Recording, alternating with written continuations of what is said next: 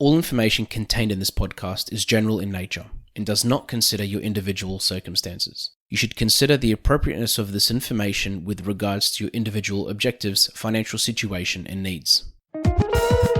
Welcome to Sharing More Than the Sheets, a podcast to help you and your partner make better financial and lifestyle decisions so that you can both focus on the things that you love. I'm your host, Michael Khouri, financial planner, green thumb, husband, and just dad.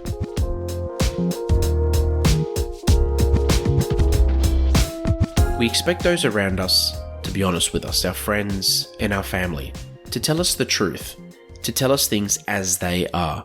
But do we do that enough with ourselves? Do you feel like you're being honest with yourself? Today I wanted to talk about this concept of being honest with oneself, and it's a topic that can get very, very deep on an emotional level. But what I wanted to discuss is my experience as a financial advisor, talking to couples or even single people about their financial situation. Now, when we talk to people about their financial situation, very rarely is it just about the money. Other things come in, like their goals, what they want to work towards, what they like, what they hate, and also the things that they want to work on personally. Now, the biggest obstacle that I see that people normally really struggle to overcome is that of understanding what their weaknesses are. So, for example, I as a person understand that my weakness and something that I'm just really not good at is cooking, doing things in the kitchen. I can make the most amazing toasties. I can cook eggs to perfection, but that's literally about it. It has nothing to do with being male. I know plenty of men which are amazing chefs. Me, I'm just really bad at it. I'm not sure if it's not having enough patience. There's got to be something to it. Or maybe it's just that I haven't given it enough time to perfect that particular skill. But it's just something that I understand I'm not good at. To some people, things like mowing the lawn or doing things around the house is their weakness. And some people understand these things and know that if they do things themselves, they're going to make mistakes and stuff things up. And we've talked about this before in an episode about DIY earlier in the show. I believe it was about 6 months ago. Now, unfortunately, there are many people that don't understand or don't accept their weaknesses. And personally, I'll be the first person to put my hand up and say that sometimes I'm not honest with myself and it takes a while to actually convince myself that I'm not good at something that I've probably been trying to become really good at for a really long time.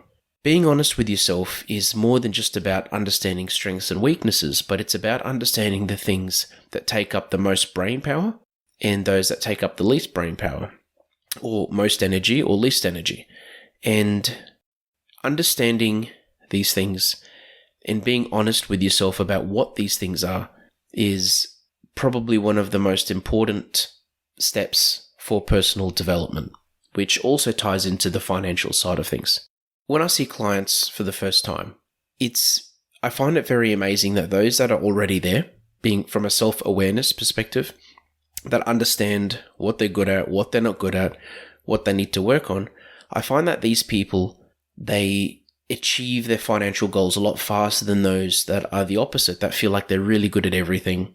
They don't really need advice, or they don't really need somebody there. They're just there because they were told to, or because it's something they probably feel like they should be doing.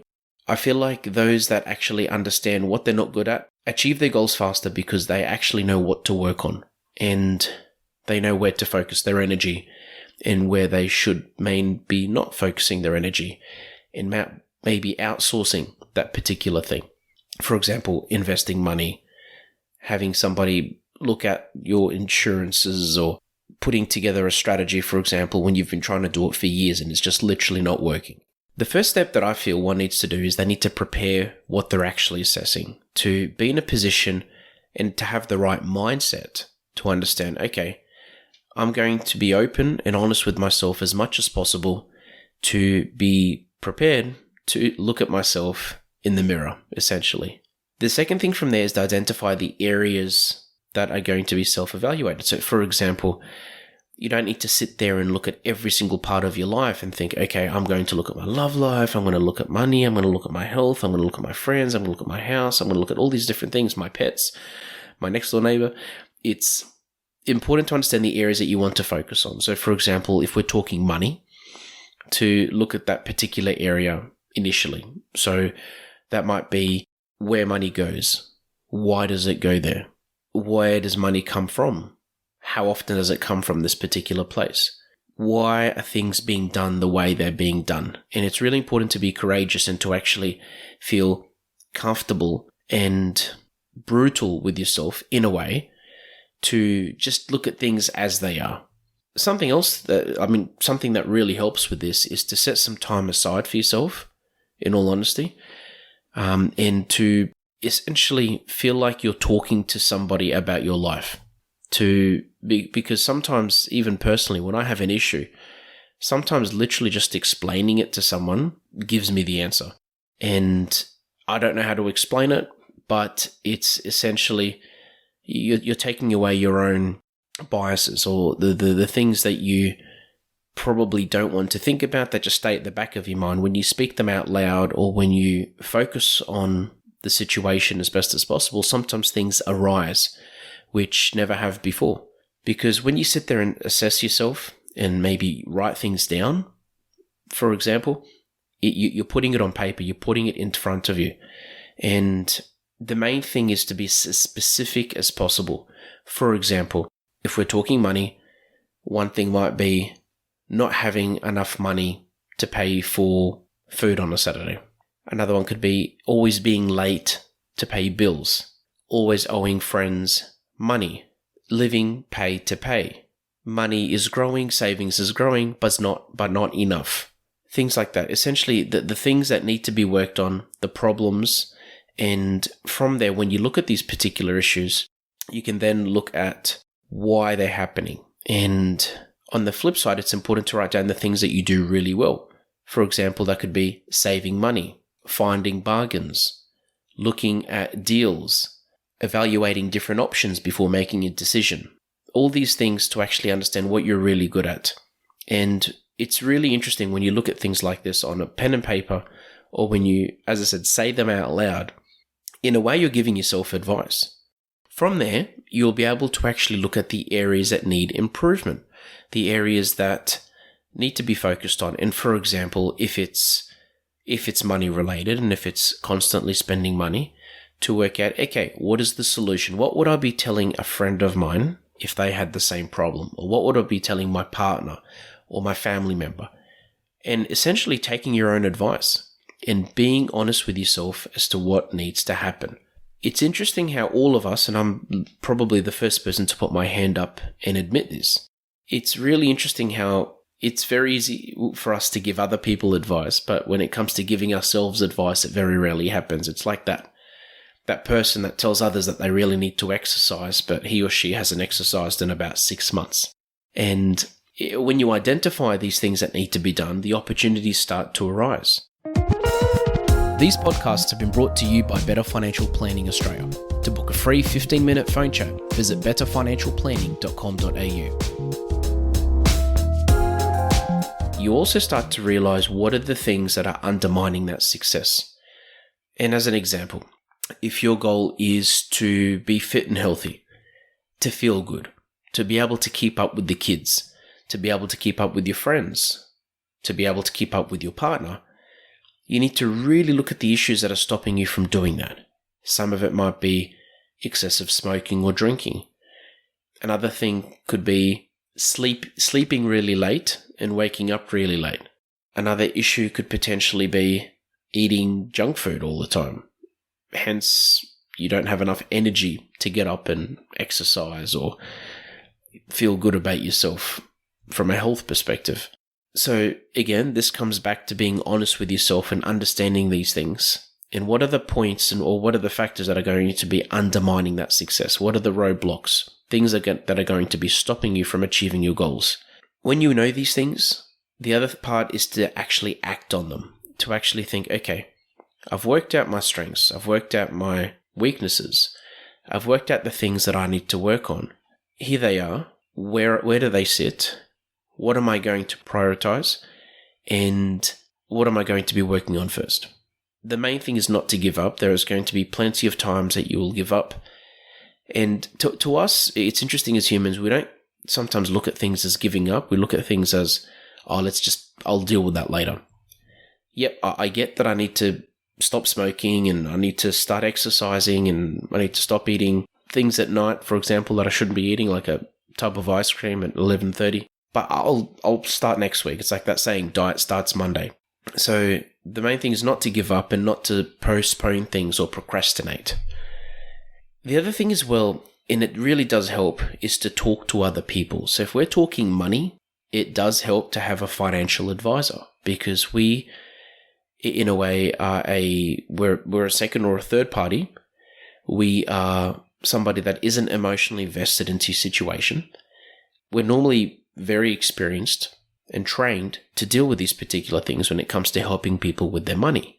If we're talking fitness, I would find a personal trainer or a friend that's really fit, that's willing to give you their time, which isn't always easy to find. But a personal trainer is somebody that can help you with the fitness side of things. If we're talking personal, if you do have a close friend, it does help to talk to your friends about that, to ask them, how do they see you? Do they have these same issues?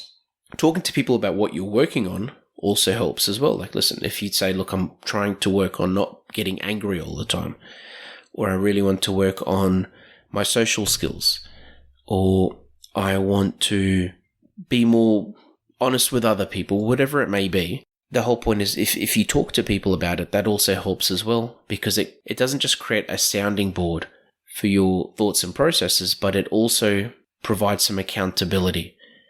And accountability is so important. Having a plan is one thing, but actually having some accountability is another. A lot of people have gym membership, but until they have a friend or a personal trainer, very rarely do they go for any longer than a few weeks or a few months. Very rarely. So having a plan and having some accountability really helps. And whether that's through a professional or whether it's through a friend that you trust and know really well, it does help to have that process. And all this comes back to being honest with yourself and putting your pride aside and understanding, okay, listen, I get it. I'm not good at everything. I suck at this. I'm okay at this. I'm going to work on them. And these are the people that are going to help me. And on that note, when it comes to asking for advice or asking for help, the best advice that I can give there is never to be shy and to ask anyone you want for help. Anyone you want. The worst that's going to happen is that person is going to say no. The best is that they're actually going to help you. And either way, I feel like if you ask somebody for help and they say yes or they say no, in a way I feel like you've won their respect. Because it takes a lot to put pride aside, to be honest with oneself, to understand what they actually need to work on, what help do they need, and actually talking to somebody and saying, hey, listen, I respect you enough in your profession or in this particular area to actually ask you for help. Those that don't ask for help because they have too much pride, or they don't want to inconvenience others, or they don't want to waste somebody's time, I find are the ones that really struggle the most to have that personal development or that financial development. Now, there's no way in the world I'm putting my hand up and saying that I'm perfect in these areas. I'm constantly reminded of things that I do wrong and bad habits that I have by my wife, but by myself. I notice things regularly. This is something that I'm working on, and this is something that I'll continue to work on. The message today is just to understand that to be honest with oneself, you need to be honest with yourself. So to be honest with yourself, you have to be honest with yourself. And it literally means being honest with yourself. And I know I've just said the same thing 3 times, but it's literally talking to yourself as if you were a friend talking to a friend. Just saying, listen, these are the things that you're really not good at. A, stop doing it. Get someone else to do it for you. Or B, work on it and get somebody else to help you. Ask somebody to help you. Ask somebody to assist you. Get some advice. And from experience, those that have this mentality will do better. Whether it's personally or financially, these people will grow. Compared to the others that stay closed-minded, keep doing things the way they've always done it, and they keep getting the same outcome that they keep getting every time they try whatever task it may be.